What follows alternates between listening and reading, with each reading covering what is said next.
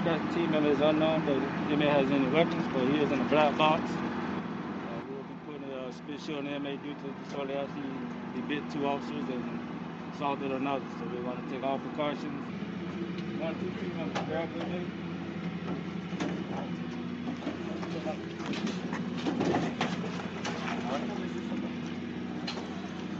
So let's go in the wide door.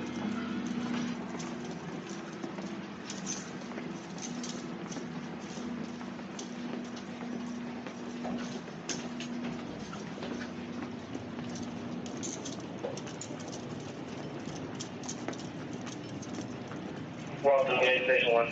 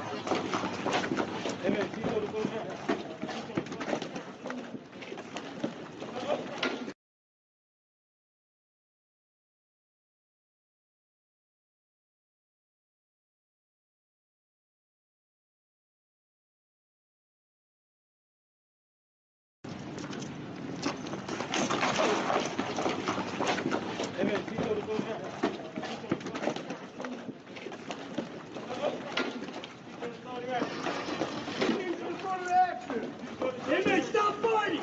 Stop fighting! Stop fighting! Inmate, stop fighting! Inmate! Put the helmet on.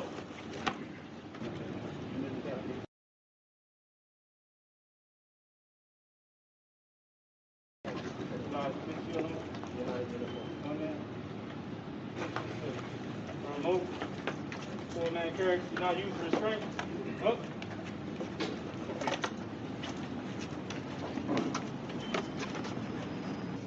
And down the line. And right there. All right. So you can let go of his feet. Straight to the cell. Hold on. Go straight to the cell.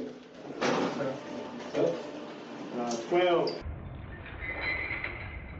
Day 3, Charlotte. Day 3. Hold on. Inmate.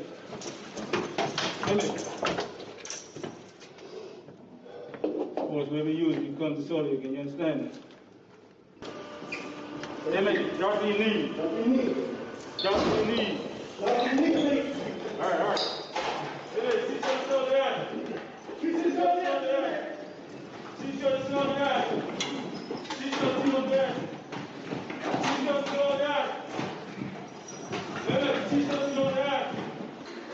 Stay down. Stay down.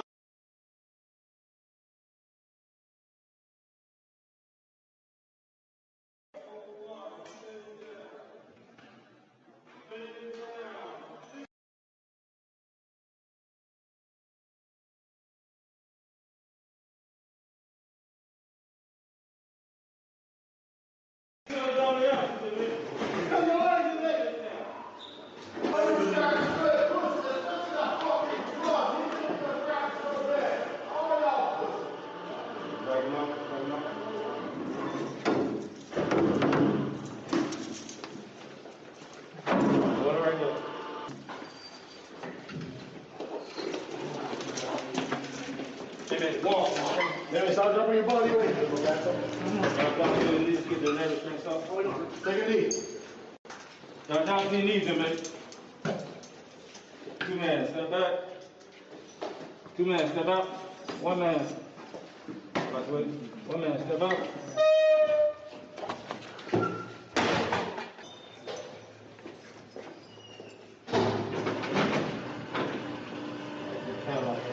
It's right in front of the black box. Hello.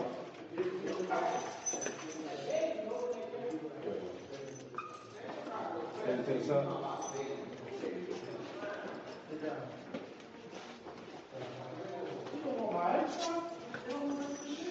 What's that doing?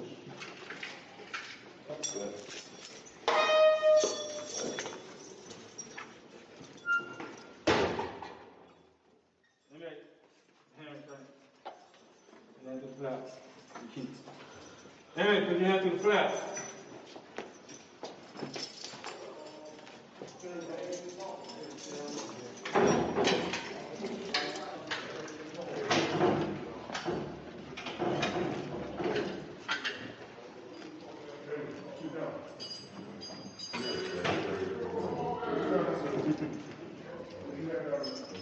Walk all the way to the back.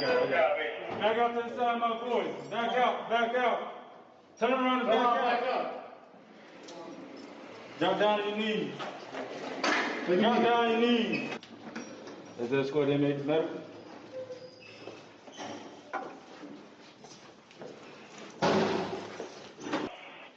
Time on camera. 7:56 p.m. It's time to keep a video inmate all the time. So we'll be there between nurses. Step on the scale, inmate.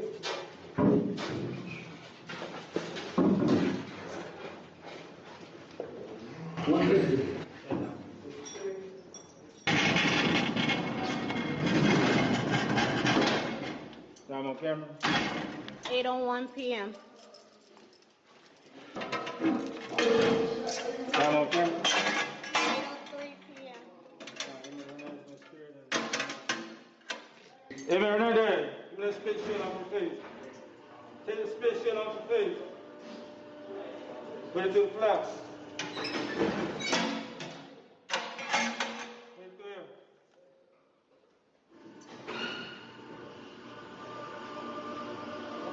Put it here. Put it through here, all the way through. Push through. Come on, put it down now.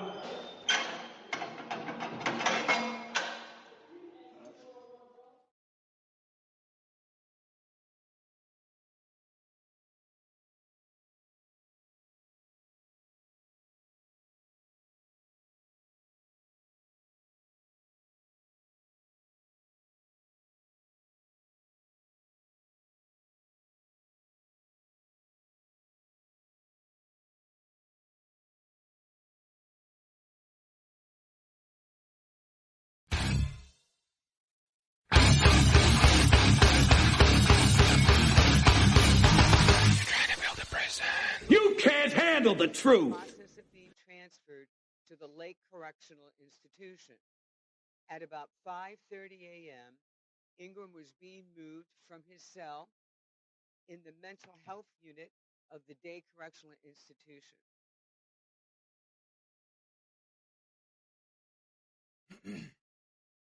Welcome back, everybody, to the Thomas Freeme TV and podcast show.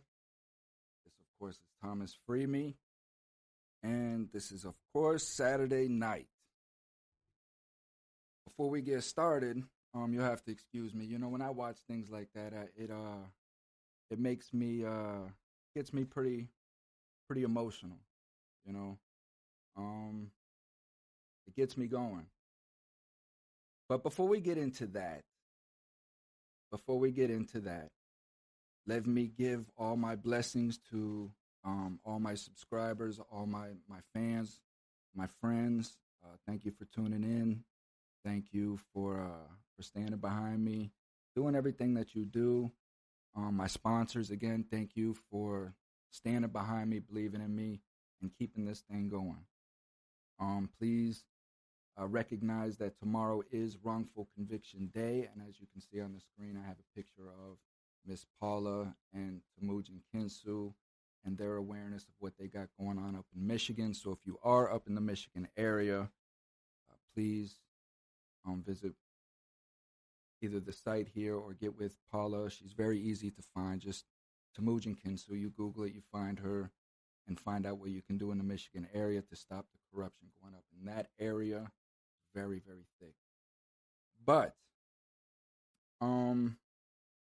yeah, man, getting into that video. How I ran across that video was tonight's discussion is going to be about the situation going in the aftermath of Hurricane Ian running through the southwestern corridor, corridor of Florida, part of Florida. And, of course, there was a mandatory evacuation zone, and this was a Category 4 storm that was coming through. So in the wake of this, finding out that Charlotte CI, which is a prison, state prison, negated to evacuate their inmates. They saw it as no threat, and they decided not to evacuate. But in the midst of looking for that article, I found this video. Now, this happens to be in Charlotte CI, where that incident occurred back in 2020. We started to hear a little bit more of the audio that was playing, but you can delve into that if you so choose. But I showed that video in its entirety because, as shocking as it may be to some, this is everyday life inside of prison, right? And there were some notes that I wanted to really bring out as it pertained to that video. First and foremost, of course, I'm sure that you guys noticed, I would hope that you guys noticed, was the lack of empathy, right? And the guards throughout the whole process. Nobody cared about this human being who was seriously injured. Didn't care about him in one iota. One of the reasons why is, if you notice, they keep referring to him as inmate. Inmate, do this. Inmate, do that. Because that takes away from the personableness. You're not using a name. He's just an object. He's an inmate. That's all he is. It desensitizes these officers, right? Hardly ever is our name called, except for mail call or anything like that, but officers aren't calling us by our name. But what struck me the most out of all of it is the calmness of the inmate. Through it all, he was calm. It was almost like a daily routine to him, right? And this goes into what I'm saying about this is daily life for us in that fashion. We're used to it. I've seen this. If I've seen it once, I've seen it 100 times. Inmates coming into the SHU, in this fashion, segregation, things of that nature. They would just come in, beat up. A lot of times, guys like that would be thrown in your cell as a cellmate, and we'd have to just sit there and patch him up. Wouldn't even know this dude, but we understand, we get it. We've all been through it, So, what I want the viewer to understand in that video is that video was leaked. It was a leaked video. That is just a video that these officers take for procedures, right, of what happened. It was just a log. It was not supposed to be leaked to the public. So with that being said, that calm nature that you saw out of that inmate wasn't because he knew that he was on camera being shown to the world. He had no idea. It wasn't even a thought in his mind. That was the last thing he was thinking about, was that right there. I promise you. It's just that you hope that these people don't damage you so bad that you don't heal. That's really all we're hoping for in those moments, is that we can, bruises, things like that stuff will heal. You know what I mean? But that is a common occurrence. That's a common occurrence. You can see it in the nature of the inmate. You can see it in the nature of how them officers routinely handled their business. It was just action for them. There was no empathy whatsoever. They took them down to medical. The show for medical wasn't for empathy or compassion for this injured human being. It was for records. It was to show that he was taken to medical and that his injuries were processed. They'll write up the story later, doctor it, whatever. You saw the quote at the end that the prison officials gave the public because of the leaked video. If it wasn't for the leaked video, they would have never had to even give that statement. But because that video leaked, they had to give a statement. That statement was that they agreed because of the inmate's condition and his actions. And sometimes, hey, prison is a dangerous place, right? And that's the excuse. And then we, the people, oh, yeah, that makes sense. Prison is dangerous. We see it all the time on Locked Up and these so-called convict shows of these guys getting out of prison talking about all the violence. So, yeah, we can understand why those officers beat the hell out of that person like that. And that is what allows this to go on. Now, no matter what that person's charges were, I don't even know. Don't even care. Didn't even care to look him up. I thought about looking him up to see what his charge, but it doesn't even matter.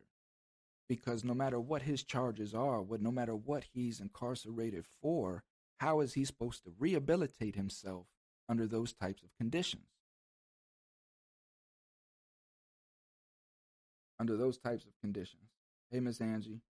So going back now, I'm going to show you what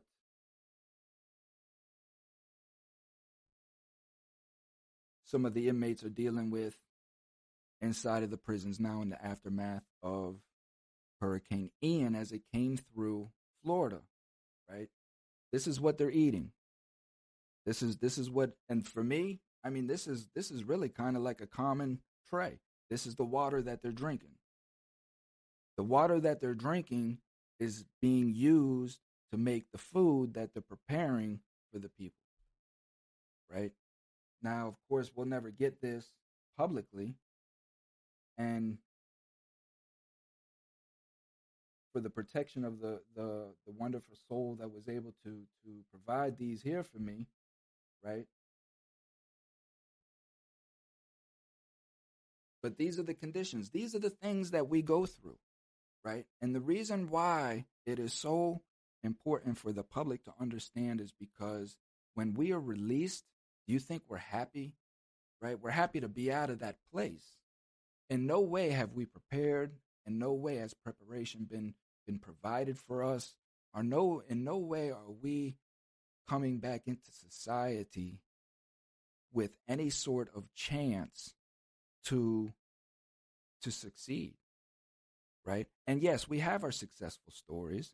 You know, I've been out of prison 6.5 years now, so I've beat the 5-year itch. But it always lingers, and the reason why it always lingers is because I know that any given moment I can be snatched up, called a criminal, and everybody would believe it. Everybody would turn their eye against it. So that burden always will remain on my shoulders as long as we keep looking at our returning citizens the way that we do, right? And that is because of the propaganda that's put out there, the stigma that's put out there, these shows that we tune in for, because we like to be excited. We like to fear and be scared and look at scary things from a distance, you know? And then that's what a lot of these inmates that get out of prison that want to come home and now try to proclaim that they were convicts inside, and they come home and they fall right in line with that same stigmatic view that's given to the general population. You know, and that is what is so disgusting, because these people know. They know what goes on inside, you know, and they're not exposing that. You know, they're not exposing why these things happen. So that video for me was very, very powerful. Very powerful in the nature of it, because again, like I say, this is just commonplace.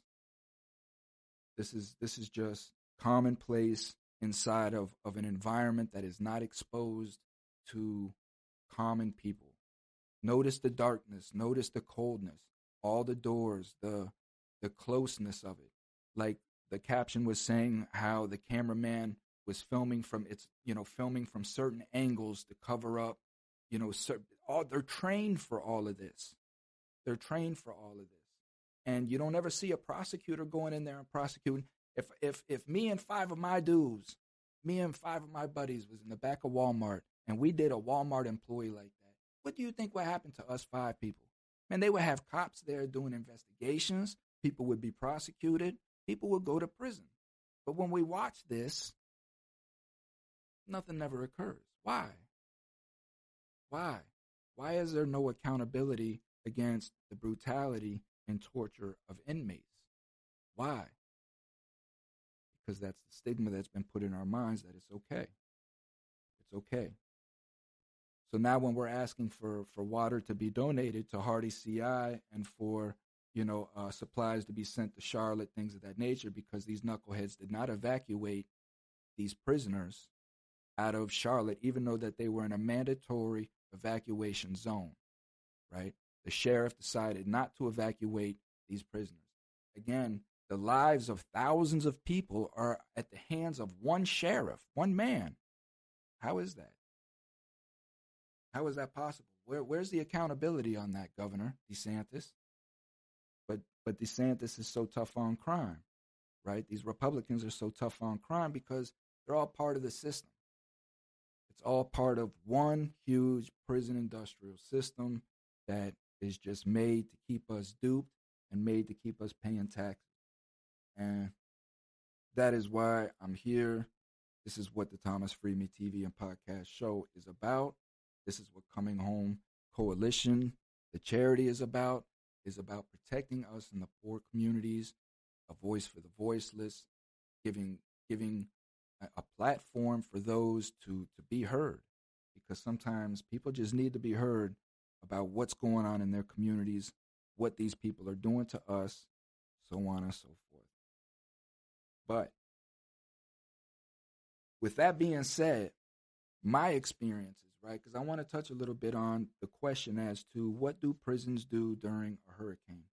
Again, I apologize for the title of tonight's episode. I think it was a repeat from Tuesday.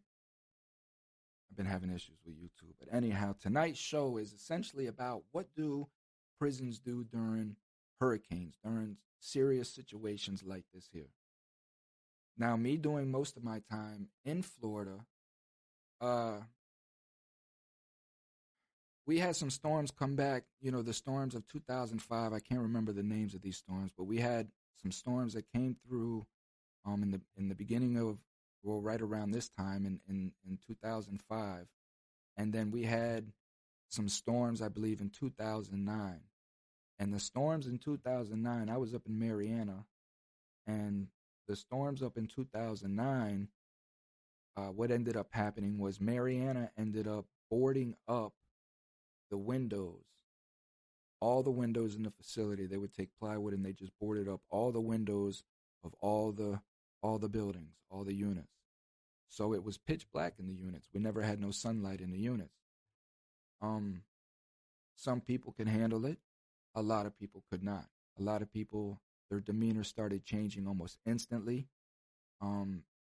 The psychology department was getting a swarm of inmates talking about suicide, talking about all kinds of things because of the boards over the windows. And nothing was ever done with it. There were inmates that were hanging themselves. They were taking cleaning supplies, drinking bleach, things of that nature to kill themselves. People were going crazy over the plywood being up over the windows. And some people just cannot take that solitary confinement-like environment. And that's exactly what it was. It created a lot of dangerous situations because it allowed the perimeter officers not to have to walk the buildings anymore. So you have perimeter officers that will walk the buildings and look inside those windows from the outside to see if there's any, illegal activities going on within those units. But with those boards on the windows, you couldn't see. So anything could be going on inside themselves and inside the cells. And those inmates knew that. They knew that all they had to do was just watch the door. They didn't have to watch the windows no more. So it created a very dangerous situation, again, all on the inmates. And it just wasn't a good look. And then on top of that, the prison was telling the outside world that the windows were not boarded up, that the boards had been taken down off the windows. So because there are no overseers, the prisons do not allow people like me, people like Angie Hatfield, people, of organizations. They do not allow organizations to be in contact with the daily runnings of the prisons. Because there are no overseers of these prisons, they do whatever they want and they say whatever they want. And because the media controls the thinking of the common citizen, they don't care because they're inmates. At the end of the day, they're just they're inmates. And then we form our own stigmatic ideas in our own mind as to why we can write them off as inmates, So these are the reasons why we, the people, as the community, have to start caring about what's going on inside of our prisons, because these individuals are going to come home. That video that you watched happens to any prisoner. These aren't just videos of violent prisoners or things of that nature. That could happen to your daughter. That could happen to your son. That could be any prisoner that happens to, if they're in the right place at the right time for that to occur, right? So the views that we have on our prison system, right, the dangerousness, the violence, and the animalistic, stigmatic view that we have of our prison is less than 1% of its population. Less than 1%.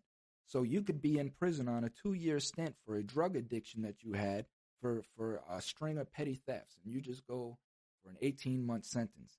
What you watched in that video could very well happen to you. You're no different. You're treated no different from a serial killer. You were not. So these are the views that I'm trying to get out to the public, for them to understand that when these inmates are released without the proper rehabilitation, the proper understanding as to why they're even going to prison, right? And if the person is going to prison at a young age and maybe don't have a lot of time to self-reflect, he's not going to learn that lesson. He's going to come back out and again start committing crimes back in our communities. So it's getting to understand why our recidivism rate is so high, and getting to understand why the prison system, the state, these elected officials are not doing anything about it to alter that, to fix that. So that's essentially what I'm doing. Please go to my Facebook.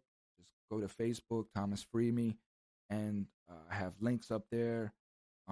Miss Angie Hatfield has a GoFundMe if you would like to donate to the fund to get these guys water. I'm down here. I'm contacting Zephyr Hills to see if I can get Zephyr Hills maybe to pitch in with some pallets of water. Who else was I supposed to contact? Angie, Publix. Yes, because Publix is a good affiliate. So we're down here doing what we can do to try to show these human beings that we do care for them, and that we will welcome them back out to the community, and that we will help them get back on their feet and help establish them into the community that nobody really wants them in. That's the hardest thing about coming home. Public, yeah. Thank you, Angie. Glad you're with me. Throw your GoFundMe in there for me. And then that's all I got. Just remember, tomorrow, October 2nd, Wrongful Conviction Day. I'll be back on Tuesday. I'm just kind of winging these shows, so I really don't know what I have for you on Tuesday, but I should have a guest for you on Tuesday. Conversation. What else? I think that's it. You guys enjoy your Saturday night. Again, thank you for tuning in. Please visit www.cominghomecoalition.com for the latest updates. Enjoy your weekend, guys. Be safe, be smart, and be your best self. As I say, this is all about being your best self. Continue to be your best self. Continue to go into your community and help one another in the community. We are all going through this together. We are all going through this together, and there is no help there for us until we all come together and unite and show these people that we're tired. We're tired. Tired, Paul. You know what I'm saying? We're tired, man. We're tired. And I want to start enjoying some of this money that I'm working hard for, you know? So until we start coming together and showing that we're the boss, and start demanding that these representatives start holding accountability within their own, stop pointing their fingers at us, it's not going to change. So until then, man, just continue to be your best self. Stop arguing with your neighbor. Love your neighbor. And I'm out. God bless those that have been affected by the hurricane. God bless those that are still without power. There are still many people down here in the Sarasota area, South Florida area without power. So please